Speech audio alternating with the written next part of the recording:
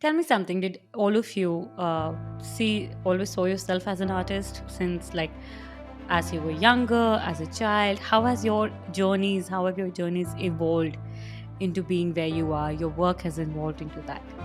I'll start. I have an accounting degree. And never from a business perspective, yes, but I never saw myself as an artist until a few years ago. About 10 years ago, I went to fashion design school in the middle of my life. Well, I drew 10,000 horses when I was a child, so I always loved drawing. Obviously, that's an exaggeration, but I love to draw. I saw myself as an artist because I've always, as a kid, I took art classes. I loved to draw. I filled sketchbook after sketchbook of horses, lots of unicorns, lots of Pegasuses.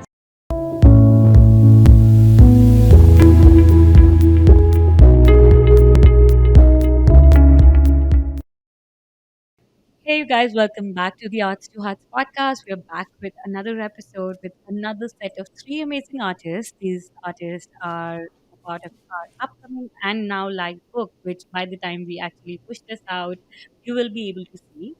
We have Lauren, Stephanie, and Amy Pleasant from the book that we've recently published. It's a big book. The theme is 101 Floral Artists. The idea is we curated a book which was featuring artists, and we had asked artists to share their floral art inspired, like art inspired by florals. And we're so excited to be able to push this work of book out in the world. And I'm so excited to have these three amazing artists from the book to share the story, talk about the work, and talk about the artwork. Welcome to the podcast, guys. Thank you. Yeah, thank you. It was Yes, a thank great you. conversation. And big congratulations on being published in this. This is a sample I've been showing to everybody, but congratulations. Thank you.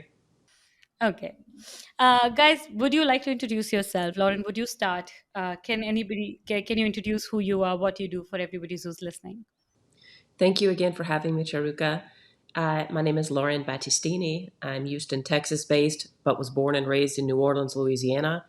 And I do floral and travel illustration type art, but I am a professional architectural color consultant. So that's what I do full time. And then I do art on the side. Thank you again for having me. It's a pleasure. Thank you so much for coming. Amy, you can go ahead. Sure, thank you. And thanks for having me.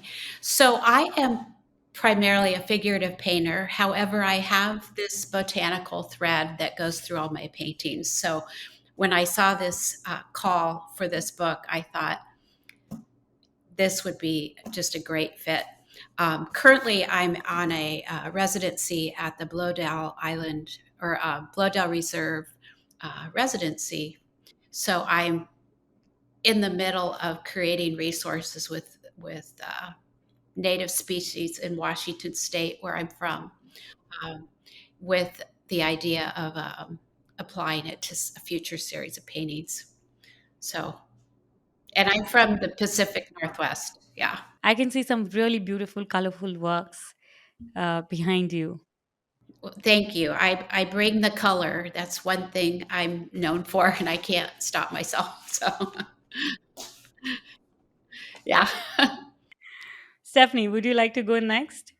Again, Stephanie Mulvihill. I'm in New York City, and it's interesting. I was thinking about like how this idea of floral and flowers and how they relate to my work. Because my work is mostly figurative. I work a lot with the body, but I've been bringing a lot of the symbol of the magnolia flower, which I did some research on. It's very interesting because it is the oldest flower in the fossil record. It's about it has a fossil record of about 60 million years. And so this idea of something that is so fragile can be have such longevity, and it's something that's kind of very enduring. And so I kind of like that dichotomy of a flower, which is super fragile and is something that, it's very impermanent because it blooms and then dies. But the fact that this particular flower has been around for 60 million years, it kind of predates us. And so, yeah, so that idea of the symbol of the flower being this impermanent versus permanence, and yeah, so that comes a lot into my work. Oh, wow. Amazing. Tell me something. Did all of you always saw yourself as an artist since, like, as you were younger, as a child? How have your journeys evolved into being where you are? Your work has evolved into that. I'll start. I have an accounting degree. And never for from a business perspective, yes, but I never saw myself as an artist until a few years ago. About goodness, 10 years ago, I went to fashion design school in the middle of my life, and I had to take a fashion illustration class. It's the only class in the entire program that I loved. I cried through every other class. This is how I discovered that I'm an artist, but I've always had a fascination with color. So I've been able to weave the two worlds of color and art together. What about you, Amy? Well, I drew 10,000 horses when I was a child, so I always loved drawing. Um, Obviously, that's an exaggeration, but I love to draw. But I was a cultural anthropology major, and I became a bilingual teacher. So I taught for several years, um, and then but kept this thread of my artwork just kept going and kept growing. And so I taught until 2022, and I stopped then and devoted full time to my art because the momentum of things I was doing, I couldn't do both anymore. So I just got through the pandemic on the other side, and then I said, I done with that chapter. And every day I come in the studio, and I'm actually busier now than when I was teaching, which is really hard to imagine. But I'm just completely grateful for this life. Thank you so much for sharing. Stephanie, what about you? I saw myself as an artist because I've always, as a kid, I took art classes. I loved to draw. You know, filled sketchbook after sketchbook of, yeah, horses, lots of unicorns, lots of Pegasuses. Um, so I always did make art. And then I did go to school. Like I went to university for art. I do teach. I'm a teacher as well. I teach art now. Hands. Yeah. I think there's something a lot of artists like we have this. I can relate to Lauren because I also was in fashion, Lauren, and I did go to a fashion school.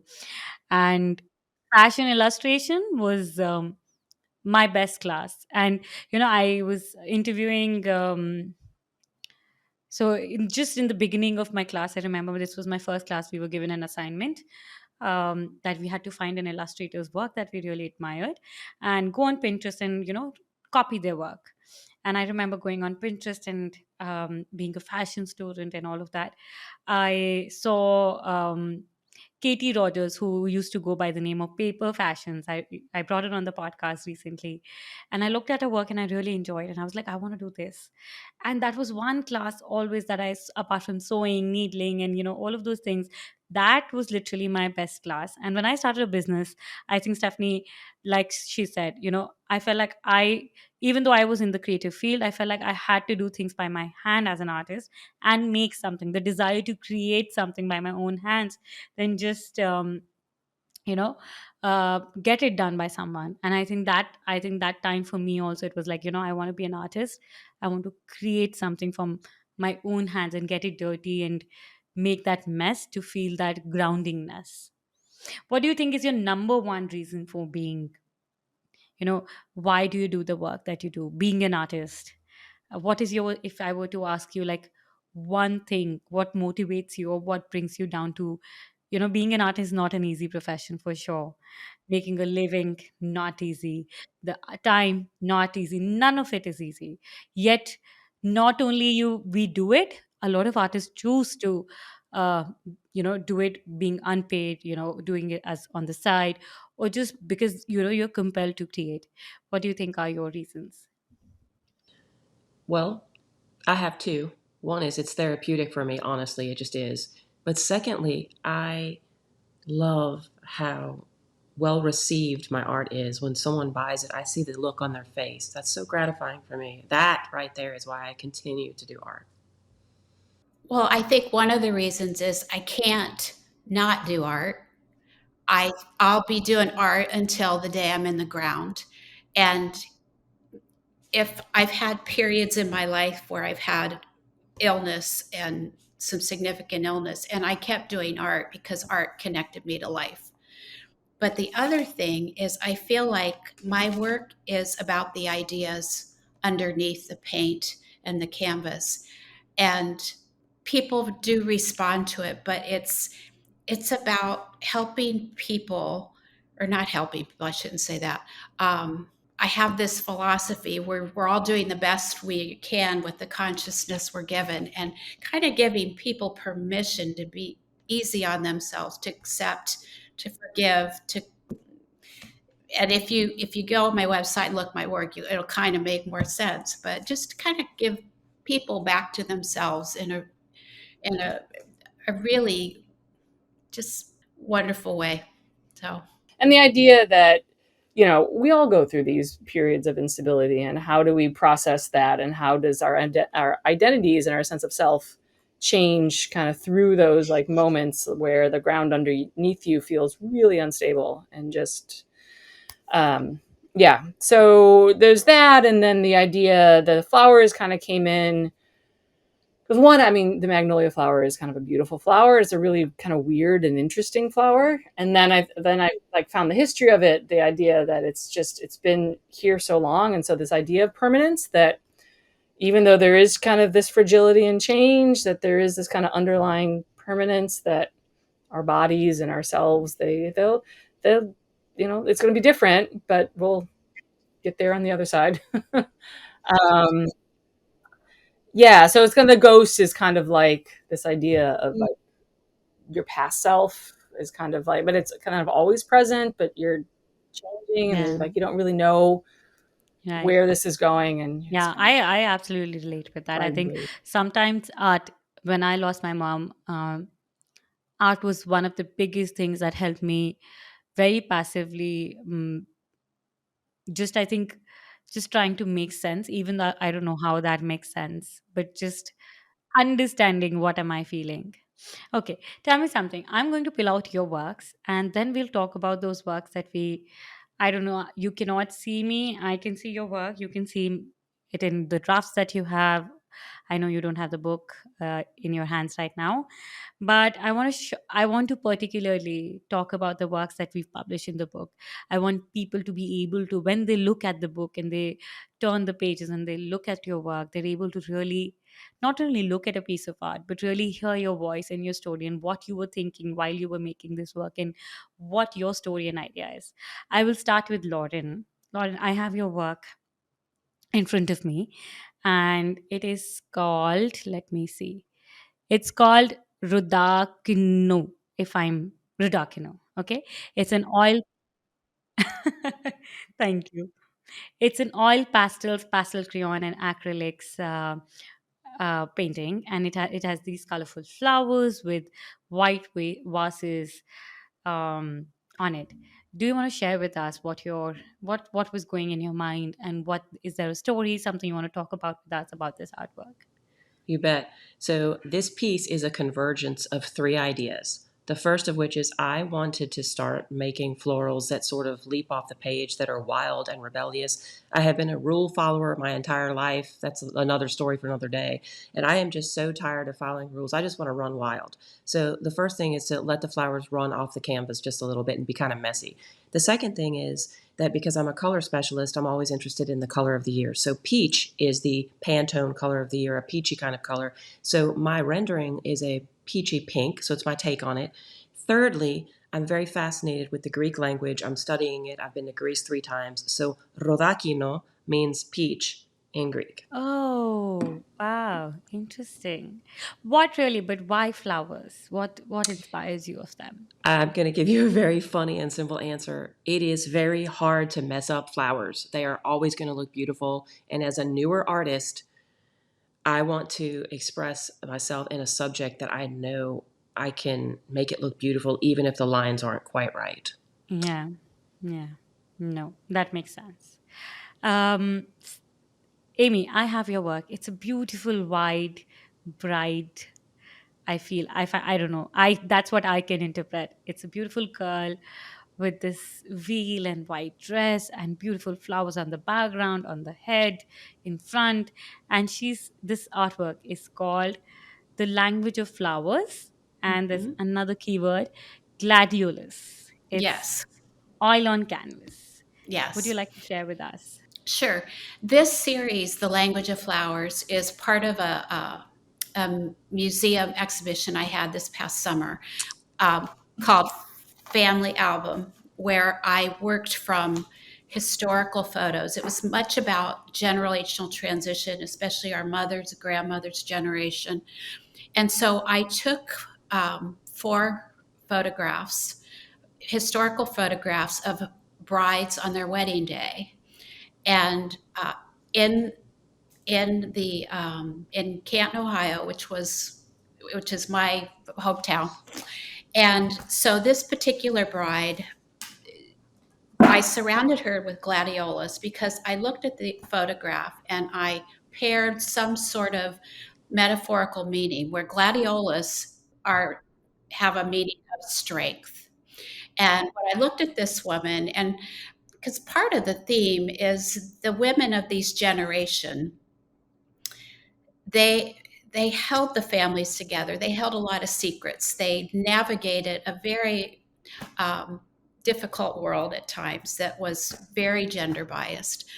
And so it was just kind of a homage to these women. And so I surrounded these women. There's different flowers. There's like lilac and roses. Each bride has a different set, just surrounded with those flowers. And um, basically just kind of a animation of the moment, this very important moment of their lives. Typically, the brides were not smiling, which I realized was the social kind of more of the day. However, there were other reasons for them not to smile on their wedding day as well, in just the context of the world in which they lived. So they're done with love. Yeah, I mean, I'm going to reiterate, I think, what everyone else has said. I think that there's kind of, it's almost like no choice. It's just that's the way I think. I think that's the way I interact with the world. I do that visually. I do like feel that compulsion to make things, whether it be like I'm sewing something or I'm like sculpting something or I'm drawing something. I, even if I like, I took, yeah, there were many years that I didn't do much as an artist when my like son was little and I was full time kind of mom and working full time, and it was just a lot. But I still like it always would come back. I'd never not be able to make something. And I do like that idea, the connection of my experience. I feel like art connects our experience to other people's experiences as well, and I feel like having that human connection is like kind of what keeps me going and kind of what helps make sense of everything, life, the universe, everything. I'm sorry, it usually doesn't happen, but anyway, it's part of a series that it's using my body. Like they're essentially all self portraits, but it's using kind of my body as this um, kind of metaphor or allegory when like you're going through these periods of like instability where this ideas of change. No, you can't hear me. If you can hear me, tell me. Oh, you hear me? Okay.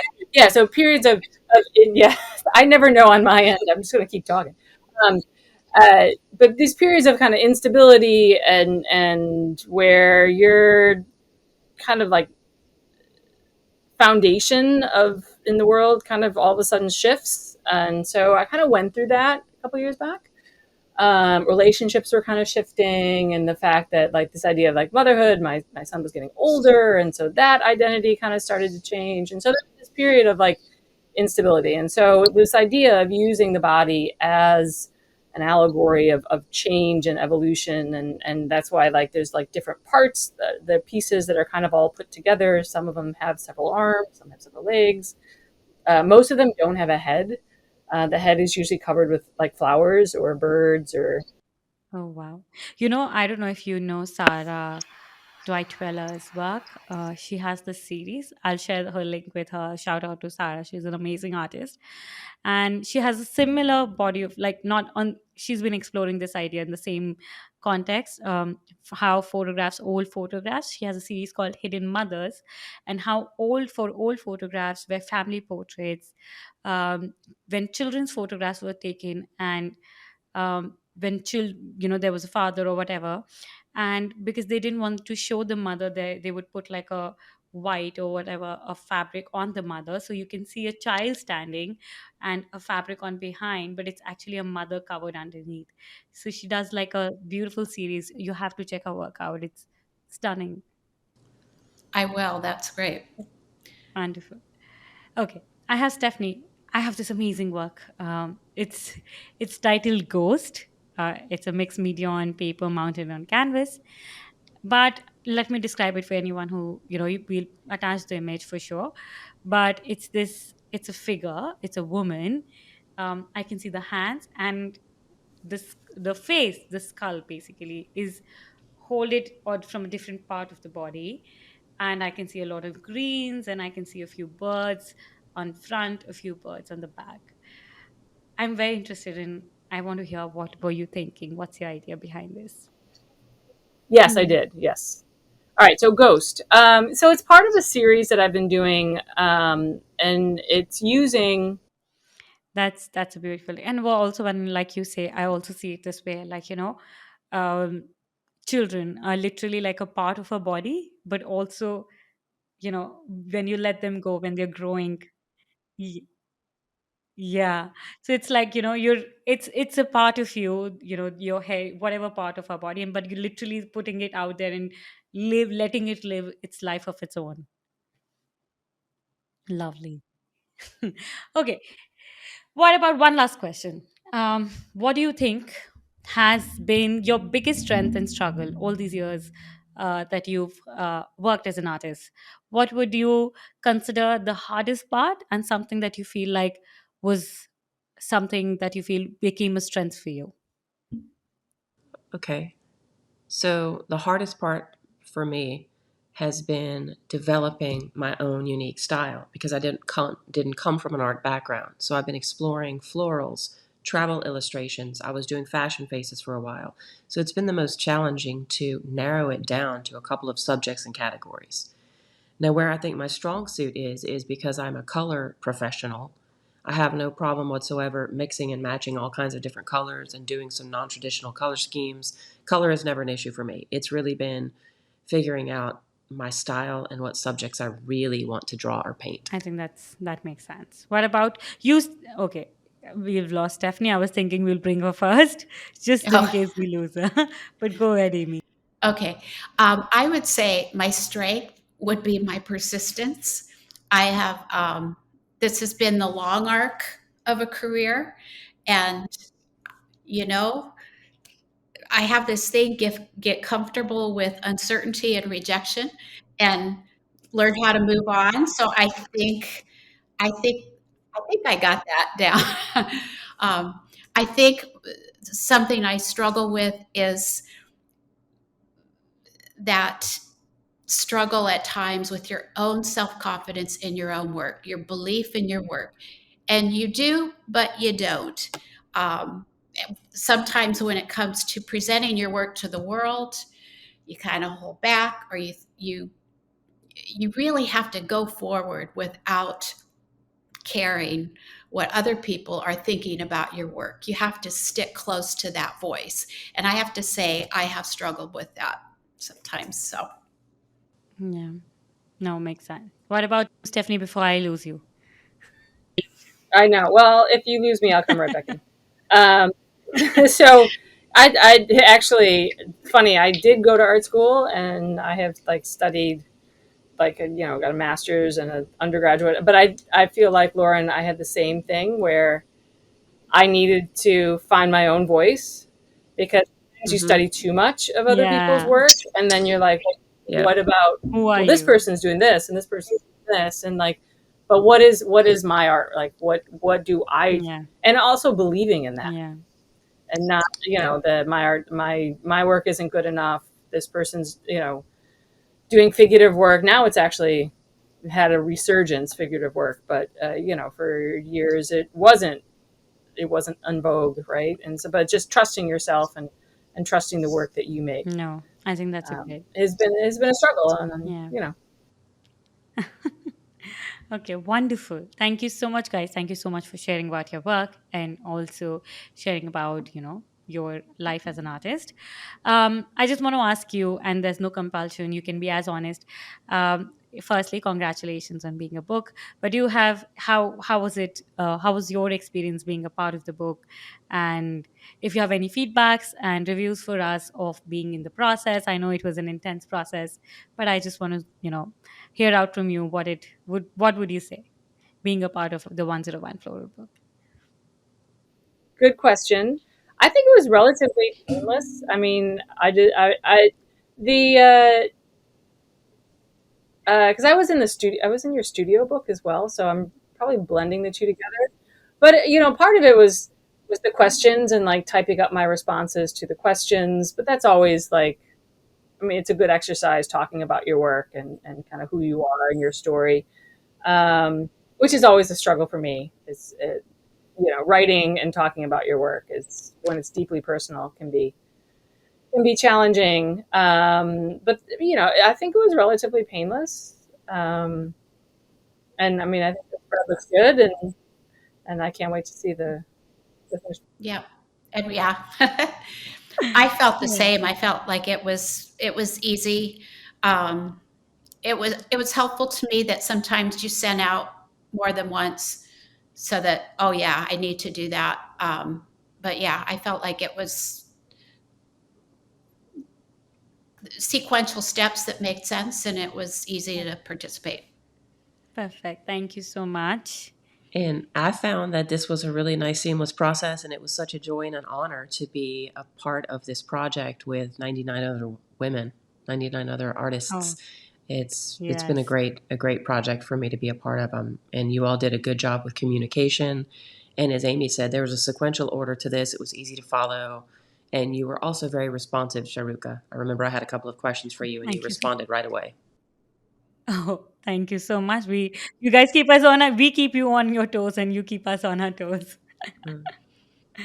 I think what's exciting about, curating a book together is, for us, we, even though it's, we're always improving our process, we're trying to make things smoother, better, but also we want this to be as an inclusive process, not only us deciding and making sure everything, but we've always tried, like for this one, I've said it before, we did a whole different theme, and when we checked a print, and I was like, I just don't feel the book has come together, and we really need to change the layout, and we had to overnight move things, and we reached out to you back again, and it was a lot of chaotic, but it was like, it was a very participative process from all of you also, and you being able to do that with us, I think I really appreciate that.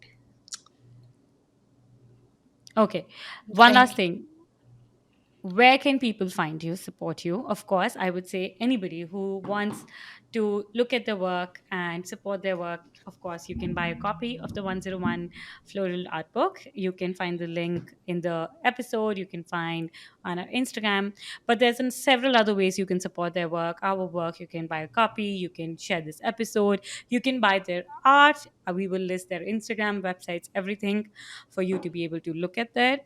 But you can also like like this, share this, leave a comment on everybody's Instagram, follow them. I think there's so many ways for anybody to support the work that we do and the work our artists do, and it's a very important part for us. So okay, everybody, can you let us know where can people follow you from here, and where can they find you?